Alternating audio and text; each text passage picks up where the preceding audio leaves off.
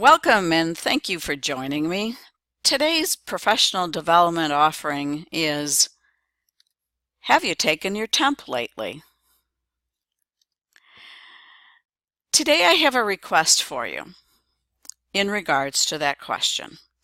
Think of a goal or a pursuit you've been working on, something that's maybe been on the back burner. You've been thinking about it for a while, it's on your to-do list, maybe on your bucket list. And then ask yourself, in regards to that pursuit or goal, have I taken my T.E.M.P lately?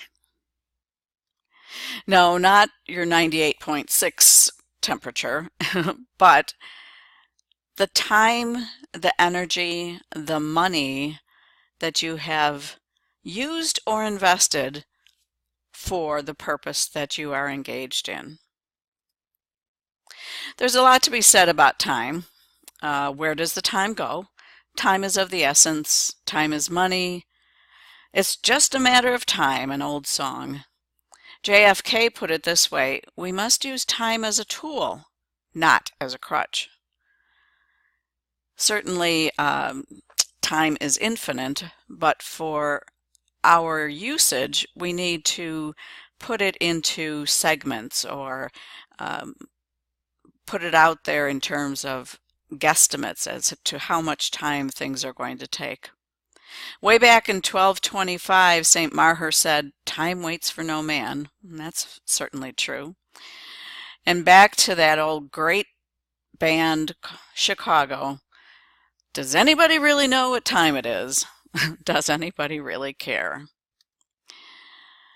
So I ask you, how are you using your time? With that goal in mind, are you aware of how you're using your time? Are you aware of how you're investing it? And is your time being spent purposefully?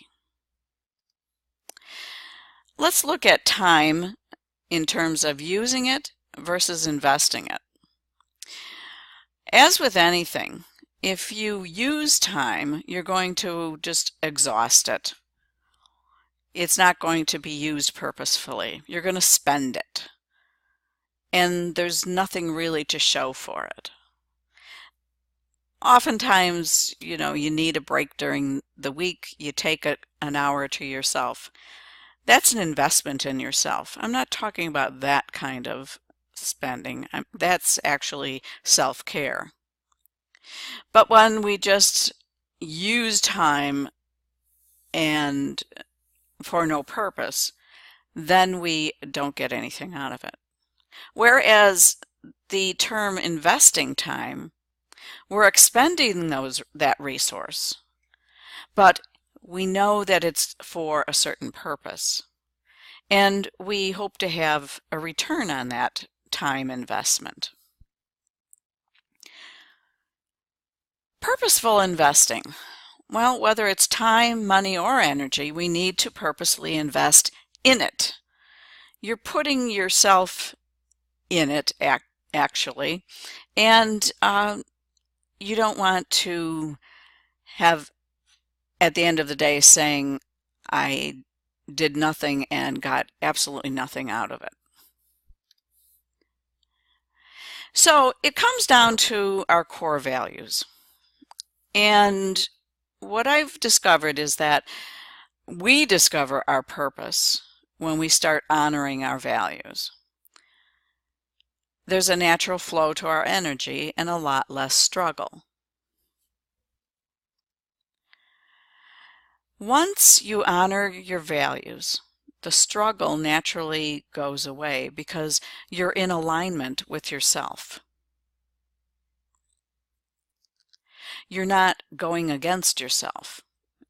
It's like not being having a sandpaper and rubbing against itself.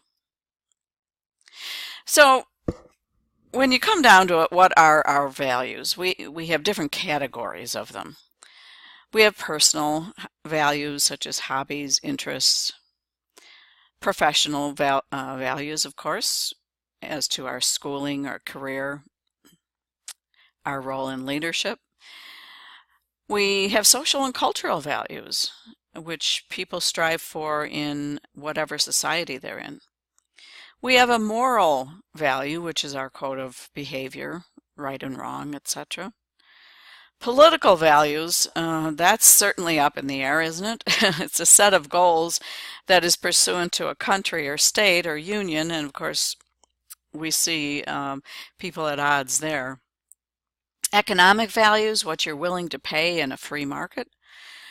Family values, pertaining to the structure of the family, our roles and beliefs and attitudes.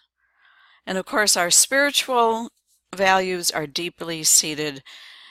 It's a connection to the divine. It's a connection to using our naturally God-given gifts. So, how do you honor your values? On the left-hand side, you see the iceberg model.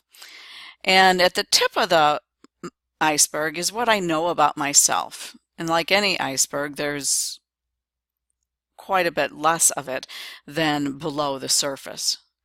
Below the surface is what I'm unconscious of about myself and others.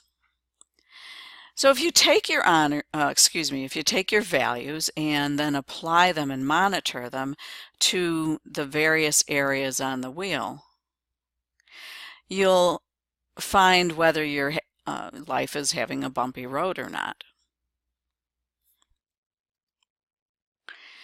Energy, kinetic energy, physical energy, you're taking energy in, then you reach the top, you have potential energy to let it out, and that's the way the cycle goes. But we have different kinds of energy. We have physical, of course, we just spoke of, emotional energy. We use mental energy in our tasks. We have social energy when we're with others, and we have a spiritual energy to revive us and keep us going. Here's where I ask, do you know your strengths and limitations in these 5 categories?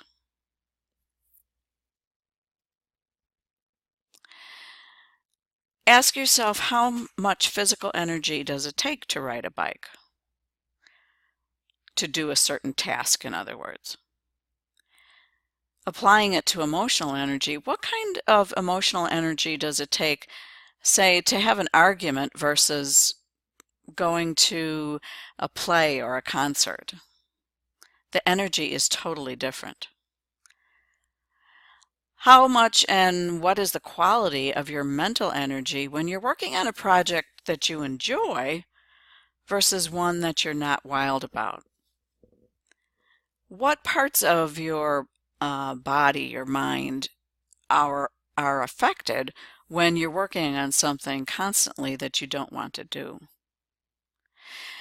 And what's the quality of your energy when you're with people that suck the life out of you versus like-minded people? And do you know, or are you aware of people who can be what we call energy vampires? It's very hard to be around them. Moving on to M. The M stands for moolah. And there's a lot to be said about money. Money doesn't grow on trees. Did you hear when you were young, do you think I'm made of money?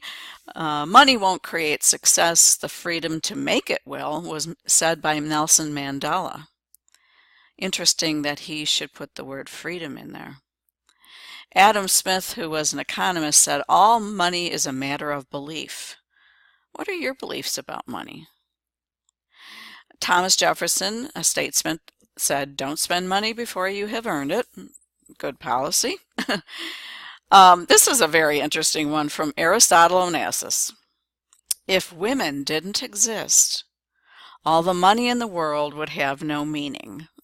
So that's where he valued money. I think my most favorite is from Nicki Minaj, who says, quote, so my happiness doesn't come from money or fame. My happiness comes from seeing life without struggle. Money gives you choices, I think is what she's saying. Life without struggle. Some of these characters show some struggle. Some of them, of course, are just happy as a lark. Are you living life without struggle? Struggle is nothing more than effort laced with negative emotions. So take something that you have put a lot of effort in, but you didn't feel good doing it. Now look at something that again, back to feeling good about what you're doing. And how do you feel in that respect? Take out the negative emotions and you take out the struggle. So how do you eliminate struggle? Emotional intelligence would have us look at how aware we are of ourselves and how we monitor ourselves. So are you aligning yourself with your values? Have you ever sat down and just written down your values? If you need a starter, go to the web and just put common values and you'll get lists of them. Take negative emotions out of the equation and instead of using, invest your time, energy, and money. And then monitor those three. That's how to eliminate struggle.